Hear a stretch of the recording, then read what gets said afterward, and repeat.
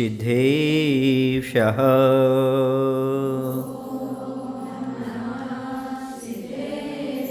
ॐ नमः सिद्धेभ्यः।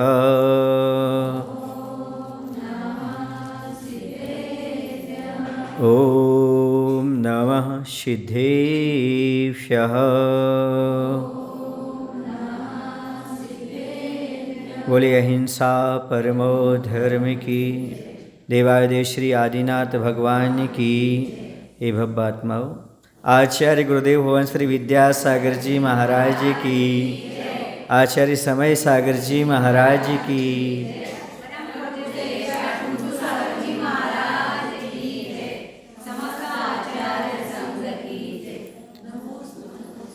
पिछले दिवस हम वज्रनाभि चक्रवर्ती की पूर्व अवस्था को समझ रहे थे, जो कि क्षेमंकर मुनि की वंदना करने के लिए पहुँचे थे। उन्हें क्षेमंकर मुनिराज के दर्शन हुए थे और क्षेमंकर मुनिराज के दर्शन करते ही उनके नेत्र रूपी भौरा आनंदित हो उठा था। जब कभी मुनि के दर्शन करते हैं तो मुनि के दर्शन करते समय क्या क्या कार्य करना चाहिए, ये यहाँ पर स्पष्ट रूप से हम इनकी जीवन शैली से समझ सकते हैं। उसके बाद उन्होंने क्या किया?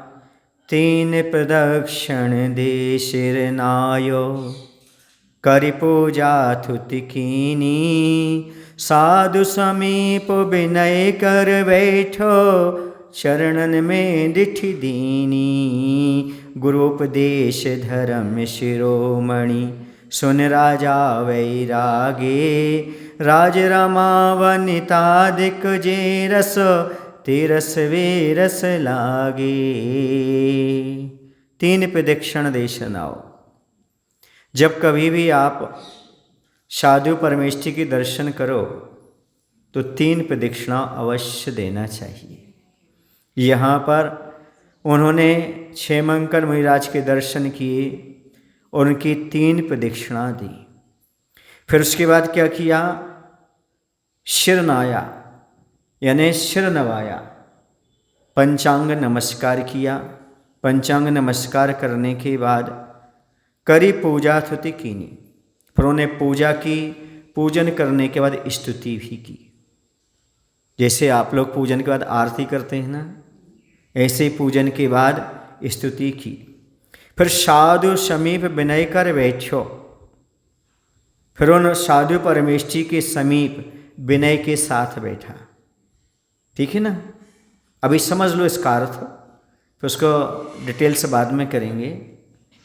चरणन में दृष्टि दीनी, और उनके चरणों में दृष्टि को रखा, ध्यान दिया। गुरु उपदेश धर्म शिरोमणि, फिर गुरु महाराज का उपदेश सुना और सुनकर के उनके अंदर वैराग उत्पन्न हो गया। और वैराग उत्पन्न हुआ तो राजरमा तो राजलक्ष्मी, वनितादिक पत्नी आदि, जेरस तेरस बेरस लागे। जो कुछ भी संसार की वस्तुएं थीं वह उन सबको फीकी लगने लगी, क्योंकि वैराग आने पर संसार की सारी चीज़ें अपने आप, राजलक्ष्मी, वस्त्र आदि जो वस्तुएं हैं वो जो प्यारी लग रही थीं वो सब उनके लिए बेरस मतलब दुखदाई मालूम होने लगीं। ये मुनि के उपदेश का प्रभाव पड़ा। अब चलते हैं। सबसे पहले मुनि के दर्शन करने के साथ साथ उनकी 3 प्रदक्षिणा भी करना चाहिए। प्रदक्षिणा किन किन की करना चाहिए? तो देव, शास्त्र, गुरु, सिद्ध क्षेत्र, अतिशय क्षेत्र आदि जो होते हैं उनकी भी वंदना करते समय प्रदक्षिणा देना चाहिए। जैसे आप लोग श्री सम्मेद शिखर जी की प्रदक्षिणा देते हैं, दी थी ना आप लोगों ने? हाँ, 11 नवंबर को, दिसंबर को तो प्रदक्षिणा की थी श्री सम्मेद शिखर जी की, है ना? हाँ, तो आप शिखर जी की तो करते हो और क्षेत्रों की करते हो क्या? कुंडलपुर की करते हैं क्या वंदना, पूरी परिक्रमा, और बहुत सारे सिद्ध क्षेत्र हैं, अतिशय क्षेत्र, उनकी वंदना और परिक्रमा करना चाहिए। अब इसके बाद परिक्रमा क्यों देना चाहिए, परिक्रमा क्यों करना चाहिए? तो जो मंदिर आदि होते हैं वह समोषण के प्रतीक होते हैं, और समोषण में भगवान के चारों दिशाओं में मुख होते हैं, चतुर्दिक मुख वाले भगवान होते हैं। अतिशय होता है, भगवान के चारों दिशाओं में मुख दिखाई देते हैं। तो इस अपेक्षा से चारों दिशाओं में हम दर्शन कर सकें, इस अपेक्षा से प्रदक्षिणा लगाते थे। और प्रदक्षिणा लगाने का और भी बहुत सारा सार ग्रंथों में लिखा है। जन्म जरा मृत्यु का नाश करने के लिए भी 3 प्रदक्षिणा लगाते हैं। सम्यक दर्शन, सम्यक ज्ञान, सम्यक चारित्र्य प्राप्त हो, इसलिए भी 3 प्रदक्षिणा लगाते हैं। जन्म जरा मृत्यु का नाश हो, इसलिए भी 3 प्रदक्षिणा भगवान की, गुरु की, अतिशय सिद्ध क्षेत्र आदि की जाती हैं। उसका मुख्य उद्देश्य होता है। जब प्रदक्षिणा लगाते हैं उस समय तो किस दिशा से करते हैं? तो बाईं ओर से करते हैं। क्यों करते बाईं ओर से? बाईं समझते ना, ऐसा क्यों करते हैं? क्योंकि जो बड़े होते हैं उनको दाएं ओर रखा जाता है। जो बड़े होते हैं, सम्मानित होते हैं, उनको दाएं हाथ की ओर रख करके और परिक्रमा की जाती है। समझ आ रहा ना? ये बहुमान प्रदर्शित करने के लिए बाईं ओर से परिक्रमा की जाती है, क्योंकि बड़ों को दाएं हाथ की ओर रख करके, सम्मानित पक्ष में रख करके, सम्मानित स्थान में रख करके परिक्रमा दी जाती है। आप लोग भी ऐसे करते ना? आरती कैसे करते हो? ऐसे करते हो। ऐसी परिक्रमा भी की जाती है। कभी उल्टी परिक्रमा नहीं करना चाहिए, सीधी परिक्रमा की जाती है। ये परिक्रमा करने का क्या हुआ? उद्देश्य हुआ। समोषण में तो आप परिक्रमा कभी भी कर सकते हो, दिन में भी करो, रात में भी करो, क्योंकि समोषण में दिन रात का भेद नहीं होता। लेकिन जब कभी आप मंदिर में या गुरु की परिक्रमा करते हो, दिन में करना चाहिए। क्यों करना चाहिए? क्योंकि वहाँ वेदी के पीछे अंधेरा हो सकता है, मंदिर के पीछे अंधेरा हो सकता है, और जीव हिंसा हो सकती है। इसलिए प्रदक्षिणा पवित्र तभी मानी जाएगी जब अहिंसा के साथ हो और दिन में होना चाहिए। परिक्रमा आदि रात्रि में नहीं करना चाहिए। घंटा भी रात्रि में नहीं बजाना चाहिए, घंटा भी दिन में ही बजाना चाहिए, क्योंकि रात्रि में पक्षी आदि जीव जंतु शांत स्थान पर जाकर बैठ जाते हैं। आपके घंटा आदि की ध्वनि से उनको भय उत्पन्न हो सकता है। भय के कारण वो यत्र तत्र भाग सकते हैं, उनको बाधा पहुंच सकती है, कुछ जीवों की मृत्यु भी हो सकती है। इसलिए रात्रि के समय घंटा नहीं बजाना चाहिए, क्योंकि जैन दर्शन में सबसे प्रधान कोई चीज़ है तो अहिंसा है। अहिंसा ही हमारा परब्रह्म और परम देवता है। इसलिए इसका ख्याल रखते हुए ही क्रियाएं की जाएं तो उसका समीचीन फल प्राप्त होता है। इसलिए जब कभी आप साधु के दर्शन करते हैं तो 3 परिक्रमा पूर्वक ही साधु के दर्शन करने का यहाँ पर विधान कहा गया है। ये 3 प्रदक्षिणा दे करके, जैसे आप मुनिराज का पड़गाहन करते हो तो 3 प्रदक्षिणा दे करके, जबकि पड़गाहन में कहीं भी प्रदक्षिणा का व्याख्यान नहीं आया। नवदा भक्ति प्रदक्षिणा आई है कहीं? पड़गाहन तो आया है, लेकिन प्रदक्षिणा आई क्या कहीं? नहीं आई। लेकिन देव शास्त्र गुरु की परिक्रमा लगाई जाती है। अन्य की नहीं कह रहा हूँ मैं, किनकी? जिनके पास सकल संयम है, जो चारित्र हैं 5 प्रकार के, उसमें कोई चारित्र है उनके पास, तो उनकी परिक्रमा की बात कही गई। सामायिक, छेदोपस्थापना, परिहार विशुद्धि, सुख संप्राव, यथाख्यात, इन चारित्रवानों की परिक्रमा का व्याख्यान है आगम में, और भगवान की परिक्रमा का है। इसके साथ ही साथ सिद्ध क्षेत्र, अतिशय क्षेत्र आदि की भी और शास्त्र की भी परिक्रमा का उल्लेख मिलता है। समझ आ रहा है ना? इसके नीचे नहीं मिलता। पंचम और स्थान वर्ती की आरती और परिक्रमा का उल्लेख कहीं नहीं मिलता। जो आप लोग पढ़ते कभी छठी 11 प्रतिमाधारी, ये उल्लेख नहीं मिलता है। समझ आ रहा है ना? क्योंकि ये जो की जाती है वह मात्र देव शास्त्र गुरु की ही की जाती है। समझ आ रहा? तो पड़गाहन में जैसे परिक्रमा करते हो उसके बाद साधु के दर्शन करना चाहिए। पहले हमने बताया था कभी साधु के खाली हाथ दर्शन नहीं करना, और परिक्रमा पूर्वक अब दर्शन करना, और क्या सिर जमीन पर लगा करके नमस्कार करना। ऐसा नहीं करना जयराम जी महाराज जी, ऐसा नहीं। कैसे करना? पंचांग नमस्कार करना, पांचों अंग आपके जमीन पर लगना चाहिए। अर्थात जैसे गाय होती है, गवासन, गाय का आसन लगा करके बैठ करके नमस्कार करना चाहिए। उसके साथ ही साथ जब प्रदक्षिणा दे लो, नमस्कार कर लो, तब अर्घ आदि समर्पित करना चाहिए। क्या करना चाहिए?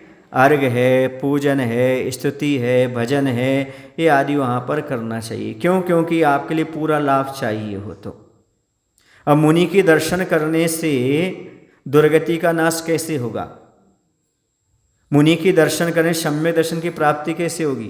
कहा है ना, जिन बिंब दर्शन, जिन भगवान के दर्शन या जिन मुद्रा के दर्शन करने से सम्यक दर्शन की प्राप्ति होती है। तो उसमें मुनिराज भी गर्वित हो जाते हैं। दिगंबर मुद्राधारी मुनिराज के दर्शन करके मनुष्य तो क्या, तिरेंच भी सम्यक दर्शन प्राप्त कर लेते हैं। कैसे? उनके स्वरूप का चिंतन करके, उनके स्वरूप का व्याख्यान करके। हे गुरुवर शाश्वत सुख दर्शक, यह नग्न स्वरूप तुम्हारा है, जग की नश्वरता का सच्चा दिग्दर्शन कराने वाला है। हे गुरुवर धन्य हो तुम, कितना परिचय सहते हो। आदि आदि जब उनका हम वर्णन करते हैं उनके गुणों का, तो उस समय क्या होता है, हमारे अंदर विशुद्धि आती है। उस विशुद्धि से सच्चाई ज्ञात होती है और उस समय सम्यदर्शन प्राप्त होता है। जिनको सम्यदर्शन है उनका सम्यदर्शन पुष्ट होता है। समझ आ रहा है ना? इस सम्यक्त वर्धनी क्रिया कही गई। देवशास्त्र गुरु की पूजन करने से, दर्शन करने से सम्यक दर्शन की वृद्धि होती है। इसलिए उस समय गुरु की पूजन भी करना चाहिए, मुनि की पूजन भी करना चाहिए, और स्तुति पाठ आदि भी करना चाहिए। फिर साधु समीप विनय कर बैठो। फिर साधु के पास जाकर के विनय पूर्वक बैठना चाहिए। विनय पूर्वक समझते हो? कुर्सी पर नहीं बैठना चाहिए, पैर लटका करके नहीं बैठना चाहिए। कुछ लोग ऐसे होते हैं, उसी कक्ष में महाराज होते हैं, उसी कक्ष में लोग कुर्सी लगा करके बैठ जाते हैं। ऐसा नहीं करना चाहिए। या चौके में मुनिराज खड़े होकर के आहार ले रहे हैं और आप वहाँ कुर्सी पर बैठे। यदि आपकी क्षमता नहीं है तो आप दूसरे कक्ष में जाकर बैठिए कुर्सी आदि पर, लेकिन मुनिराज को दिखाई नहीं दे आपकी कुर्सी और आप जब आप बैठे हो। तो आप पूछेंगे महाराज जी तो परिस्थिति है, और कहते आपत्ति मर्यादा नास्ति। आपत्ति के समय मर्यादा का पालन करने को नहीं बताया है, लेकिन याद रखो वो आपत्ति नहीं है आपकी, वो आपकी कमजोरी है। क्यों? क्या आप दूसरे कक्ष में नहीं जा सकते क्या? बैठने को मना नहीं है, लेकिन उसी सामने नहीं बैठिएगा, पैर लटका करके नहीं बैठिएगा। एक जगह लिखा है जो अपने से बड़े पूज्य पुरुषों से ऊपर बैठते हैं, सुनना अच्छी तरह से, जो अपने से बड़े पूज्य पुरुषों से ऊपर बैठते हैं उनकी समाधि बिगड़ जाती है, संलेखना बिगड़ जाती है, अंत समय अच्छा नहीं होता। इसलिए कभी भी अपने से बड़े जो पूज्य हैं उनके ऊपर नहीं बैठना, अर्थात उनसे ऊंचाई पर स्थान पर नहीं बैठना, तभी आपकी संलेखना अच्छी हो सकती है। अंत समय सुधारना चाहते हो तो क्यों टोका जाता है, क्यों मना किया जाता है कुर्सी पर बैठ करके प्रवचन नहीं सुनो, सामने पैर लटका करके नहीं बैठो, ऐसा क्यों कहा जाता है? ताकि आपका अंत अच्छा हो सके, वरना समाधि बिगड़ती है, ऐसा लिखा हुआ है। अब आप लोगों ने तो ना तो मरणकंडिका पढ़ी ग्रंथ और ना भगवती आराधना ग्रंथ पढ़ा, तो आपको क्या बताएं? उसे स्पष्ट व्याख्यान आया है कि जो आपसे पूज्य हैं उनसे ऊंचे आसन पर कभी विराजमान ना हो। समझ आ रहा ना? आप लोगों ने देखा होगा आचार्य भगवान के जितने भी शिष्य रहे और भी हैं, ना तो उस समय किसी ने सिंहासन स्वीकार किया, बोलो ना भाई, और ना अभी किसी ने सिंहासन स्वीकार किया। सब सामान्य बैठते हैं। क्यों? क्योंकि प्रत्यक्ष और परोक्ष गुरु की विनय ही संलेखना का कारण है, कल्याण का कारण है। क्यों? गुरु हैं तो उस समय हम आसन नहीं, अब गुरु भले हमारे सामने नहीं है, सामने मतलब मान लो उस समय आचार्य श्री जी किसी और क्षेत्र पर थे, हम लोग और कहीं थे, तो भी नहीं। क्यों? क्योंकि परोक्ष विनय मानी जाती है। प्रत्यक्ष विनय और परोक्ष विनय, इसे बोलते उपचार विनय। आप लोग विनय के भेद पढ़े, दर्शन विनय, ज्ञान विनय, चारित्र विनय और उपचार विनय। कहीं कहीं 5 विनय भी आई, तब विनय, है ना। तो उपचार विनय भी अपने आप में बहुत महत्वपूर्ण होती है। जो ये पंचाचार का पालन स्वयं करते शिष्यों को कराते हैं, इसमें आचार जोड़ देना, दर्शनाचार, ज्ञानाचार, चरित्राचार, तपाचार, वीर्याचार, तो वो आचार्य परमेष्टि होते हैं। लेकिन हमारा क्या कर्तव्य होता है? हमें ये 5 प्रकार की विनय भी करना चाहिए। उपचार विनय का हमेशा ख्याल रखना चाहिए। विनय पूर्वक ही बैठना चाहिए। कभी घुटने मोड़ करके, हाथ लगा करके आगे नहीं बैठना चाहिए गुरु के सामने। आपके पैर दिखना नहीं चाहिए। ये आपके पैर दिख रहे हैं ना, ये पैर दिखना नहीं चाहिए, तब सही विनय मानी जाती गुरु के सामने। साफ को कह रहे हैं, सुन रहे आप लोग कि नहीं? आपके पंजे दिखना नहीं चाहिए। एक वास्तु शास्त्र ग्रंथ है, उसमें कभी भी भगवान जैसे ऐसे बैठे ना, जैसे सामने सीढ़ियाँ नहीं बताई, दोष बताया उसमें। क्यों बताया? क्योंकि आपके पैर जैसे भगवान जी सामने बैठे हुए हैं और आप ऐसे सीढ़ियाँ चढ़ोगे तो आपके पैर कहाँ जाएंगे? भगवान के सामने रहेंगे। इसलिए वास्तु शास्त्र में ये दोष माना गया है। वहाँ की सीढ़ियाँ टुरवा देते हैं, पीछे सीढ़ियाँ बनाते हैं। क्यों? क्योंकि भगवान के सामने ऐसे चढ़ते हुए आप दिखाई ना दो। समझ में आ रहा है आप लोगों को? हाँ, क्योंकि पूज्य पुरुषों के सामने ऐसा नहीं बैठते। जैसे कुर्सी पर बैठ जाते ना लोग, वो गलत है। यदि आपसे नहीं बनता और आपको कुर्सी पर ही बैठना पड़ता है तो आप तिरछी कुर्सी लगाइएगा। सामने भगवान के ऐसे नहीं, गुरु के सामने ऐसे पैर नहीं होना चाहिए आपके, तभी आप विनय कर पाएंगे और उसका समीचीन फल प्राप्त कर पाएंगे। जब तक विनय नहीं है तब तक कल्याण होने वाला नहीं है। इसलिए एक सज्जन थे, वो शास्त्र की विनय नहीं कर पाते थे। पैर लटका करके पढ़ना लिखना, और जैसे वो किसी का हिंदी अनुवाद कर रहे हैं ना ग्रंथ का, पंडित जी थे बहुत बड़े, और वो बीच में चाय आ जाती, चाय पी लेते थे, और यहाँ शास्त्र भी सामने रखे रहते थे उनके। आचार्य ने बताया था हम लोगों को, वो ऐसा करते थे। आचार्य ने उनको मना किया कि देखो तुम ऐसे महान ग्रंथों का हिंदी अनुवाद कर रहे हो, सावधानी पूर्वक करो। वो नहीं माने। अंत में वो 4 वर्ष तक कौमा में रहे। संलिखना तो बात ही छोड़ दो, कितने वर्ष तक कौमा में ही रहे, पड़े ही रहे बिस्तर में।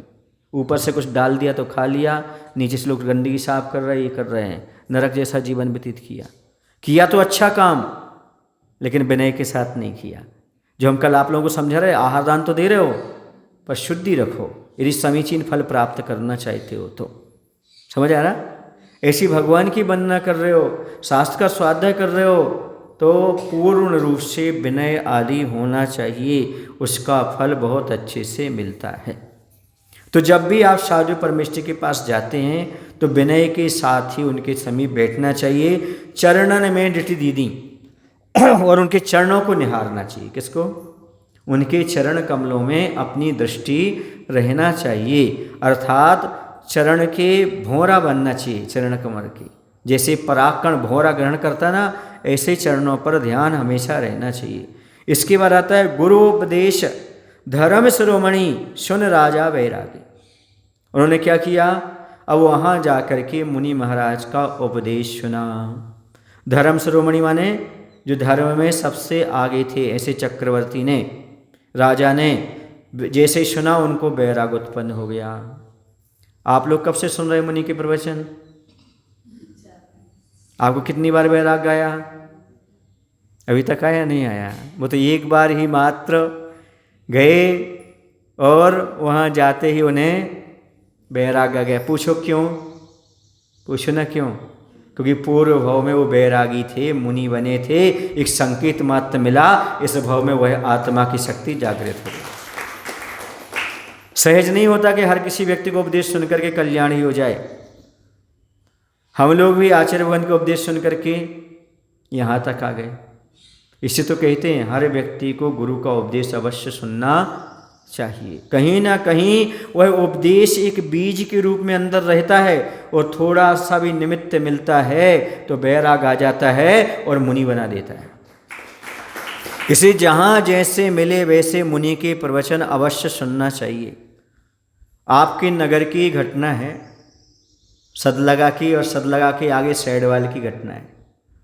ये घटना जो है 1953 की है, जब आचार्य शांति सागर जी महाराज सैडवाल के मंदिर में विराजमान थे। तब विद्याधर बालक विद्याधर 7 वर्ष की उम्र में सैडवाल उनके दर्शन करने के लिए गए थे, और दर्शन करके उन्होंने उनका उपदेश सुना था। उस समय उनके अंदर वैराग उत्पन्न हुआ था। आचार्य शांति सागर जी महाराज के उपदेश सुन करके उनके अंदर वैराग का बीज 7 वर्ष की उम्र से आ गया था। फिर आगे चल करके 14 वर्ष और आगे चल करके फिर उनका वैराग्य सामने प्रदर्शित हुआ।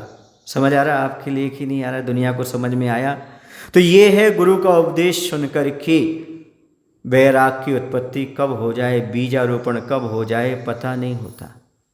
मेरे जीवन की भी घटना है।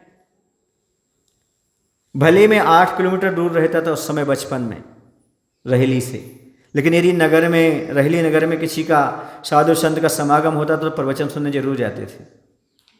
तो उस समय तो सौभाग्य था कि आचार्य भगवंत का पदार्पण वहाँ पर हुआ था। सुने आप लोग? और जब आचार्य का वहाँ पर 90 के लगभग पदार्पण हुआ और आचार्य के प्रवचन सुनने के लिए सब लोग गए। जब प्रवचन सुनने के लिए गए तो मैं भी गया। तो आचार्य ने खुले में ऐसे ही बाहर बैठ करके प्रवचन किया, क्योंकि पब्लिक बहुत थी। तो पंडाल अंडाल की कोई व्यवस्था थोड़ी सी ऊपर से लगी थी, बाकी ऐसे ही बैठे थे प्रांगण में सामने, और सारी पब्लिक बैठी थी। मैं भी वहाँ पर बच्चा छोटा सा बैठा सुन रहा था, और आचार्य का प्रवचन था संसार दर्शन, वैराग्य परक प्रवचन था। जो संसार दर्शन आप लोग देखते ना, आपके मंदिरों में चित्र बना रहता है। क्या चित्र बना रहता है? एक वृक्ष है, वृक्ष को एक सूंड से हाथी पकड़ करके खींच रहा है, एक कोई व्यक्ति उस पर लटका हुआ है डाल को पकड़ करके, ऊपर मधुमक्खी का छत्ता लगा हुआ है, एक बूंद टप टप टप टप वह शहद की बूंद आ रही है, उसको स्वाद ले रहा है। उस डाल को 2 चूहे काट रहे हैं, एक काला चूहा है, दूसरा सफ़ेद चूहा है। नीचे एक कुआं है, कुएं में 5 सर्प हैं, 4 थोड़े छोटे हैं, एक निगोद, 5वां है। समझ आ रहा? एक साइड में एक विमान है, उसमें देवतागण विराजमान हैं। देखा आप लोगों ने? कुछ मधुमक्खियाँ उड़ करके उसके शरीर को परेशान कर रही हैं, काट रही हैं। देखा आपने ये चित्र? बस इसी पर आचार्य ने प्रवचन किया था। और क्या प्रवचन ने बताया था उस समय? मैं एक एक अक्षर बता सकता हूँ आपको, उस समय की स्मृति अभी बता सकता हूँ। समझ रहे ना? ये धारणा ज्ञान कैसा आचार्य ने बताया था कि जो नीचे कुआं था वो कुआं संसार कुआं है। उसमें 4 गति रूपी 4 सर्प, एक निगोद रूपी बड़ा सर्प, और जो काल माने मृत्यु रूपी हाथी है, और हम संसार रूपी वृक्ष पर लटके हुए हैं, और मृत्यु रूपी हाथी उसको कभी भी उखाड़ करके फेंक सकता है। ऊपर जो आप डाल पर लटके हुए हो ना, उस डाल को जो चूहे काट रहे हैं, एक काला एक सफ़ेद, एक शुक्ल पक्ष का है, एक कृष्ण पक्ष का है। और ये जो महीना होता है वो कैसा होता है? शुक्ल पक्ष और कृष्ण पक्ष का। वो दोनों मिलकर के क्या होते हैं? आपकी आयु को काटते रहते हैं। शुक्ल पक्ष आता है, पर कृष्ण पक्ष आता है, पर शुक्ल पक्ष आता है, काटते रहते हैं। जो ऊपर मधुमक्खी का छत्ता है, इस संसार का सुख है, एक शहद की बूंद के समान। और उसे लेने पर भी कुटुंबी सारे परेशान करते हैं। क्या करते हैं? परेशान करते हैं। और उसी समय गुरु आ जाते हैं। जो विमान आया है ना, विमान में देव बैठा हुआ है, वो कह रहा है आ जाओ भाई, हम आपको बचा लेते हैं, यहाँ से निकाल लेते हैं। पर वो कहता है एक बूंद और शहद की ले लूँ मैं, ऐसा सोचता रहता। ऐसे ही संसारी प्राणी हैं, इनसे कहते हैं गुरु महाराज आ जाओ भैया, आप कल्याण कर लो। अभी नहीं महाराज, शादी हो जाने दो, फिर देखेंगे। फिर शादी हो गई, बच्चे हो जाने दो, एक बूंद और, बच्चे हो गए, एक बूंद और, बच्चों की शादी हो जाने दो, एक बूंद और, नाती नताओं की शादी हो जाने दो। ऐसे होते होते बेचारों परेशान होकर देव चला जाता है, साधु चले जाते हैं और शुक्ल पक्ष कृष्ण पक्ष उसको काट करके डाल को नीचे गिरा देते, वो जा करके चार गति में भटक जाता है। ये आचार्य भगवान का उपदेश था। वह सुन करके मुझे लगा अब मुझे इन गुरु रूपी देवता की बात मान करके आगे बढ़ना चाहिए और इसमें संसार के कुएं में गिरने से बच जाना चाहिए। समझ आ रहा ना? ये पूरा उपदेश आचार्य भगवान का आज भी हमारे मानस पटल पर है, जो हमने आपको समझाया बताया। आप लोगों ने कभी सोचा विचार किया? ऐसा देख तो लिया, लेकिन ये क्यों है कैसे हैं ज़्यादा आप लोगों ने दिमाग नहीं लगाया होगा। लेकिन अब समझ में आ गया ना, पूरा चित्र दिखाई दे रहा आपको। तो ऐसी संसारी प्राणी की दशा यहाँ पर रहती है, ऐसी हो जाया करती है। समझ आ रहा ना? तो आचार्य भगवंत को ऐसा वैराग्य उत्पन्न हुआ था आचार्य शांति सागर जी महाराज का उपदेश सुनकर के। मेरे जीवन के तो बहुत सारे प्रसंग हैं, क्योंकि मैं आचार्य के बहुत नज़दीक रहता था। एक प्रसंग और आपको सुना दे रहा हूँ। बहोरी वंद क्षेत्र का प्रसंग है। ग्रीष्मकालीन वासना चल रही थी। उस समय आचार्य जी 2 घंटे 24 मिनट तक लगभग खड़गासन में सामायिक किया करते थे। खड़े होकर के सामायिक करते थे, तो मुझे भी सौभाग्य मिलता था, तो कभी कभी मैं भी उनके कक्ष में खड़े होकर के सामायिक करता था। लेकिन आचार्य जी 2 घंटे 24 मिनट तक करते थे, 2.5 घंटे तक, मैं 1 घंटे तक करके बैठ जाता था। समझ आ रहा? अपनी क्षमता के अनुसार जितनी शक्ति रहती थी। और जब आचार्य जी सामायिक से निर्वृत्त होते थे और बाहर निकलते तो कमंडल लेकर के पीछे जाते थे लघु शंका के लिए, तो मैं भी उनके पीछे हो जाता था। तो एक दिन की बात है, आचार्य के साथ मैं पीछे पीछे जा रहा था, तो पीछे थोड़ा सा बगीचा था, वहाँ अनार आदि के वृक्ष लगे हुए थे। तो एक बकरा था, तो बकरी को भूख लग रही थी, तो वह क्या किया था, 2 पैर जमीन पर रखे थे 2 वृक्ष के ऊपर अनार के, और पत्ते ऐसा खा रहा था पत्तों को। तो आचार्य ने मजाक के हंसी मजाक के मूड में, विनोद के मूड में कहा, ए कुंथू कुंथू देखो तुम्हारा बकरा। कि कुंथुनाथ भगवान का क्या चिन्ह है? बकरा। तो उन्होंने कहा देखो कुंथू तुम्हारा बकरा। तो मैंने कहा आचार्य से उसको भूख लगी हुई है। क्या लगी हुई है? भूख लगी हुई है। तो आचार्य ने तत्काल प्रसंग बदल दिया। देखो बैरागी की दृष्टि में बैराग कैसे रहता है, बैरागी की दृष्टि में हंसी मजाक में भी समझाने की कला कैसी होती है। तो आचार्य ने तत्काल कहा, हाँ ये आहार संज्ञा है। कौन सी संज्ञा है? आहार संज्ञा। 4 संज्ञा होती ना, ये आहार संज्ञा है। ध्यान रखो, ये आहार संज्ञा तीर्थंकरों को भी आहार के लिए उठा देती है, उनको भी आहार संज्ञा होती है। समझ आ रहा ना? छठे गुणस्थान में तीर्थंकर भी आएंगे तो उनको भी भूख लगेगी, उनको भी आहार संज्ञा होगी। कुछ लोग कहते हैं कि तीर्थंकर जो होते हैं ना, दिखाने के लिए आहार को उठते हैं। तो एक बार उठते भैया, बार बार क्यों उठते? यदि बार बार उठते मतलब भूख तो छठे गुणस्थान में लगती होगी। तो आचार्य से तत्काल उस बात को कर्म सिद्धांत में घटित कर दिया और समझा दिया। ये है आचार्य भगवंत के पास रहने का फायदा और उनकी उपदेश जो हमें जीवन में वैराग्य दिलाने के काम करते रहते हैं। तो हमेशा गुरु के उपदेश सुनते रहना चाहिए। हमेशा गुरु के उपदेश सुनने से कब हमारे जीवन में कौन सा वैराग का बीजारोपण हो जाए कहा नहीं जा सकता। इसी तो मैं कहता हूँ, आप लोग जब चातुर्मास का निवेदन कर रहे थे तब मैंने आप लोगों को एक ही बात कही थी, आप कुछ त्याग मत करना, मात्र प्रवचन में आना, आप स्वाध्याय में बैठना। और जब आप स्वाध्याय में बैठोगे, प्रवचन में आओगे, आपको त्याग करने की बात हमें अलग से नहीं कहना पड़ेगी। आपके अंदर अपने आप भाव पैदा हो जाएंगे। जो दान नहीं देते उन्हें दान के भाव हो जाएंगे, जो मंदिर नहीं आते उन्हें मंदिर आने के भाव हो जाएंगे, जो पूजन नहीं करते उन्हें पूजन के भाव हो जाएंगे, जो कभी बिहार में नहीं गए उन्हें बिहार कराने के भाव हो जाएंगे, बिहार में सम्मिलित होने के। और जिन्हें बैयाबत्ती नहीं आती वो बैयाबत्ती सीख जाएंगे। और जहाँ आज तक कार्य 10 वर्षों से नहीं हुआ वो कार्य भी अपने आप हो जाएगा। क्यों? ये उपदेश का प्रभाव होता है। जो उपदेश जो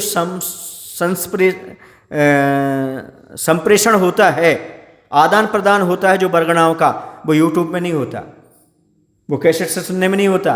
वो कैसे होता है? वो साक्षात बैठने से ज्ञात होता है। एक दूसरे की बरगड़ाएँ एक दूसरे तक पहुंचती हैं, उसका अलग ही असर होता है, अलग ही प्रभाव होता है। समझ आ रहा है ना आप लोग? जैसे बाटल का दूध पीने का अलग है और माँ के आंचल का दूध पीने का प्रभाव अलग है। इसी प्रकार से YouTube बाटल का दूध है, YouTube में सुनना प्रवचन और साक्षात प्रवचन सुनना माँ के आंचल का दूध का ग्रहण करना है, ऐसा मान के चलो। क्योंकि माँ आंखें भी दिखाती है, समझाती भी है, वो कहीं मचलता तो तत्काल चुपचाप बैठ जाता है। समझ रहा ना? उसका प्रभाव एक अलग होता है, इसलिए वो बरगड़ाएँ एक अलग ही हुआ करती हैं। इसलिए गुरु के समीप जा कर के उपदेश अवश्य सुनना चाहिए, बिना सुने उपदेश नहीं लौटना चाहिए। जब कभी आप गुरु के पास जाओ तो कुछ ना कुछ सुनना अवश्य, कुछ ना कुछ ज्ञान की बात लेकर के अवश्य आना। शायद आप लोगों को जानकारी हो या ना हो, श्वेतांबर बंधुओं में एक परंपरा है, जब वह अपने गुरु के पास जाते हैं, दर्शन करते हैं, दर्शन करने का जब लौटने लगते हैं तो हाथ जोड़कर वो निवेदन करते हैं अपने गुरु से कि हमें मांगलिक सुनाइए। क्या सुनाइए? मांगलिक सुनाइए। मैं मैसूर में था, एक बालक वहाँ रोज आता था और नमोस्तु करने के बाद उसकी नमस्कार करने की स्टाइल भी अलग थी, आप लोग जैसे नहीं थी। वो नमस्कार 3 बार करते हैं। कैसे करते हैं? एक बार वह नमस्तु करेंगे गवासन से बैठ करके, फिर खड़े हो जाएंगे, फिर दूसरी बार बैठेंगे गवासन से नमस्तु करेंगे, फिर खड़े हो जाएंगे, फिर तीसरी बार बैठेंगे, फिर करेंगे। मैं कहता हूँ ये तो आपका स्वास्थ्य लाभ भी हो गया और पुण्य लाभ भी हो गया, क्योंकि 3 बार यदि तुम गवासन में लगाओगे तो आपका आधा सूर्य नमस्कार हो जाएगा, योगा भी हो जाएगा। तो 3 बार नमस्कार करता और उसके बाद फिर कहता महाराज हमें मांगलिक सुनाओ। तो मैं समझ गया मांगलिक सुनने की परंपरा कहाँ पर है। फिर उससे मैंने परिचय पूछा, उसने सब बताया।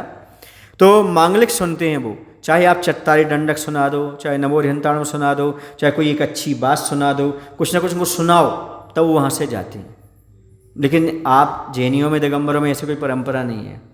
नमस्कार करेंगे, आएंगे, बैठेंगे, बातचीत करेंगे और जैसे ही प्रवचन शुरू होंगे तो बाहर घूमने चले जाएंगे, बाजार चले जाएंगे, यहाँ चले जाएंगे, वहाँ चले जाएंगे। बोलो गलत कह रहा हूँ सही कह रहा हूँ? आप कहीं बाहर किसी मुनिराज के दर्शन करने गए हैं, आपके नगर में नहीं है मुनिराज, कहीं बाहर हैं और आप जाते हो तो महाराज प्रवचन कब होगा? इतने बजे। ठीक है, जब तक मैं वहाँ से होकर आ जाऊँगा। लेकिन वो लोग क्या करते हैं, जब प्रवचन चलेगा तो तब वहाँ कहीं नहीं जाएंगे, या फिर मांगलिक आप सुनाइएगा, ये नियम है। इसी प्रकार से आप लोगों का भी कर्तव्य होता है, आपको भी कुछ ना कुछ मुनिराज से सुन करके अवश्य लौटना चाहिए, कुछ ना कुछ लेकर के अवश्य आना चाहिए। जब हम श्रावकाचार संग्रह ग्रंथ पढ़ रहे थे तो उसमें एक किसी श्रावकाचार ग्रंथ का रेफरेंस लिखा हुआ था कि श्रावक किसे कहते हैं। उसमें बहुत अच्छी परिभाषा मिली थी, श्रावक किसे कहते हैं। उसमें लिखा था जो गुरु के मुख से धर्म की बात सुनता है वह श्रावक कहलाता है।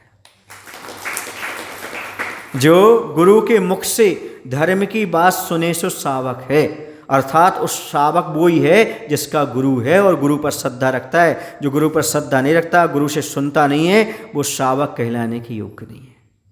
अब आप सोच लो, आप श्रावक हो तो गुरु के मुख से धर्म की बात अवश्य श्रवण करना चाहिए। जो गुरु से नहीं सुनते हैं वो श्रावक कहलाने लायक ही नहीं है। जैनागम्यों ने श्रावक ही नहीं कहा, इसलिए गुरु के मुख से धर्म की बात अवश्य सुनना चाहिए। जैसे चक्रवर्ती बैठ गया और उसने बड़े विनय के साथ गुरु का उपदेश सुनना प्रारंभ किया, वो उसकी विनय उसे वैराग्य तक ले गई, उसकी विनय उसे वैराग्य तक ले गई। यदि विनय के साथ आप गुरु का उपदेश सुनते हो, नियम से एक दिन वो वैराग का कारण अवश्य बनता है। इतना ही नहीं, मूल ग्रंथों में लिखा हुआ है, यदि आप विनय के साथ स्वाध्याय करते हो, सुनते हो, भले आपको कुछ भी समझ में नहीं आता, एक भी अक्षर आपको याद नहीं रहता, और क्या महाराज बोल रहा है ये भी आपको समझ में नहीं आता, भाषा का भी प्रॉब्लम हो सकता है और सुनने का भी प्रॉब्लम हो सकता है और मेमोरी का भी प्रॉब्लम हो सकता है, आपको कुछ भी नहीं आ रहा है, लेकिन यदि आप विनय के साथ गुरु के मुख से स्वाध्याय सुन रहे हैं तो बताया अगले भाव में विशेष केवल ज्ञान का कारण बनता है। आप स्वयं कुछ कथाएं प्रचलित हैं, उन्हें सुनी होंगी, आपने स्वयं पढ़ी होंगी। एक ग्वाला था कौंडिस नाम का, गोविंद नाम का। उस ग्वाले को क्या आता था? बोलो ना, कुछ नहीं आता था। उसे तो ये भी नहीं पता था ये शास्त्र क्या है। बताते जंगल में आग लग गई, लेकिन सब जगह आग फैल गई, एक वृक्ष में आग पकड़ नहीं रही थी। तो उसने देखा आखिर इस वृक्ष में क्या चमत्कार है, क्या कारण है। तो वह उस वृक्ष के पास गया तो एक पोखर थी, उसमें एक ग्रंथराज रखे थे। उसने उनको उठा करके अपने सेठ के पास जहाँ नौकरी करता था उनको बताया। बोले ये हमारे भी काम का नहीं है, ये तो कोई महान मुनिराज को दो ताकि वो उसका स्वाध्याय करके हम सबको बता सकें। तो उसने जाकर के ग्वालियर ने मुनिराज को शास्त्र दान किया। ज्ञान दान नहीं किया, शास्त्र दान किया। उसी को ज्ञान दान बोलते हैं, क्योंकि उससे महाराज ने ज्ञान प्राप्त किया। और उसी इतना विनय के साथ शास्त्र दान देने का इतना अच्छा प्रभाव पड़ा, इस भाव में आकर के वह आचार्य कुंद के रूप में हुए। कौन हुए? आप सोचो, विशेष ज्ञान अध्यात्म जगत के सर्वज्ञ, कलिकाल सर्वज्ञ जिन्हें हम कह सकते हैं, ऐसे परम अध्यात्म ग्रंथ लिखने वाले, समय सार, प्रवचन का सार, पंचास्त्रिकाय, अष्टपौढ़ आदि ग्रंथ की रचना करने वाले कौन? आचार्य कुंद। अब कौन से स्कूल गए थे वो?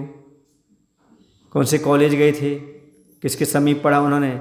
नहीं, पूर्व भाव में विनय के साथ मात्र शास्त्र का दान किया। आज लोग पूछते हैं महाराज हम पाठशाला पढ़ाएंगे, हमें क्या मिलेगा, हम ऐसा करेंगे क्या मिलेगा? इतने जल्दी नहीं मिलता, इतनी जल्दी परिपक्व नहीं होता, समय लगता है। क्या लगता है? समय लगता है, समय लगेगा। इस भाव में समझ में नहीं आएगा। हमने जो पाठशाला में योगदान दिया है, हमने जो अन्य जगह योगदान दिया है, शास्त्र दान किया, उसका फल क्या है? अभी तो वो आपका पक रहा है। क्या हो रहा है? रखा जा रहा। अगले भाव में मालूम पड़ेगा, आपके लिए विशेष क्षय उत्सव प्राप्त होगा। आप जो पढ़ेंगे आपको याद हो जाएगा। आप जैसा चाहेंगे एक एक लाइन के लिए आप पढ़ेंगे और पूरा ग्रंथों के जाकर के अंदर के जो मर्म हैं उनको निकाल करके आप सामने परोस सकते हैं, बता सकते हैं, समझा सकते हैं। ऐसा आपका मेमोरी पावर बढ़ सकता है। समझ आ रहा? श्रद्धा के साथ, विनय के साथ, गुरु ने कहा है सो ये काम मुझे करना है। अब क्या फल मिलना है इसे हमें नहीं देखना। समझ आ रहा है ना? वो तो काम होना है, होगा, ये विश्वास रखो। तो विनय के साथ किया गया स्वाध्याय नियम से हमारे लिए कल्याणकारी होता है। इसलिए विनय पूर्वक ही पूजन करना चाहिए, गुरु के दर्शन करना चाहिए, स्वाध्याय करना चाहिए। जो कुछ भी आप करते हो धार्मिक क्रिया, उसमें श्रद्धा, विनय, भक्ति होना चाहिए। करते तो हो, लेकिन श्रद्धा, भक्ति, विनय हो तो सोने में सुहागा। समझ आ रहा? अंगूठी की सोने की है, लेकिन उसमें हीरे का नग और जड़ जाए तो कैसी लगती? बोलो, बेशकीमती हो जाती है। और नग ना हो तो शोभा को प्राप्त नहीं होती। इसी प्रकार से पूजन आदि, स्वाध्याय आदि क्रियाएं अंगूठी के समान है। विनय, श्रद्धा, समर्पण, उसमें डायमंड का नग है, ये मान के चलो, हीरा का नग है, जो उस अंगूठी की 1000 गुनी शोभा बढ़ा देते हैं। ऐसे ही विनय, श्रद्धा, भक्ति, समर्पण हमारी इन क्रियाओं को बेशकीमती बना देते हैं और आगे चल कर के अद्भुत चमत्कार उत्पन्न करने वाले हुआ करते हैं।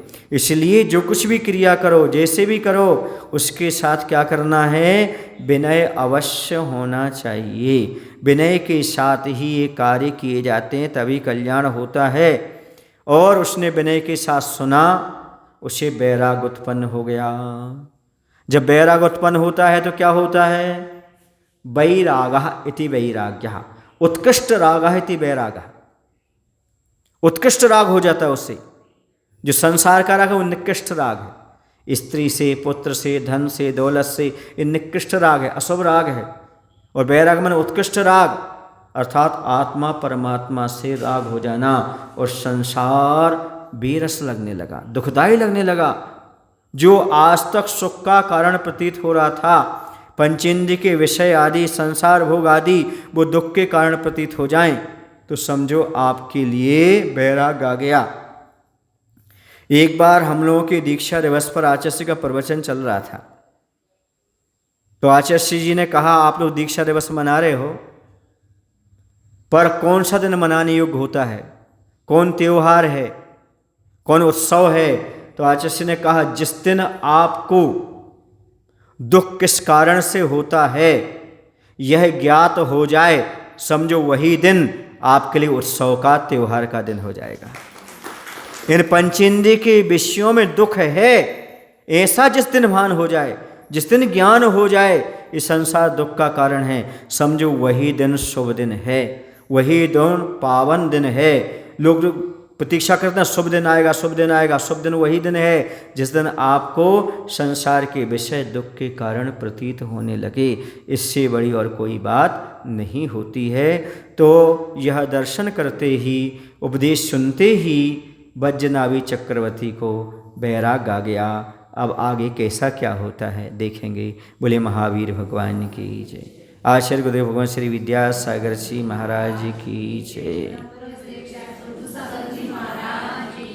हे प्रभु, हम सभी को इतनी शक्ति, इतनी बुद्धि देने की कृपा करो ताकि हम पंच परमेष्टि का सानिध्य प्राप्त करके उनके दर्शन तीन प्रदक्षिणा पूर्वक, नमस्कार पूर्वक, इसके साथ ही साथ पूजन स्तुति पूर्वक कर सकें और उनके उपदेशों को आत्मसात कर सकें।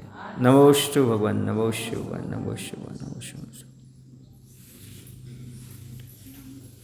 जावाणी के ज्ञान ते सूझे लोकालोक, सोवाणी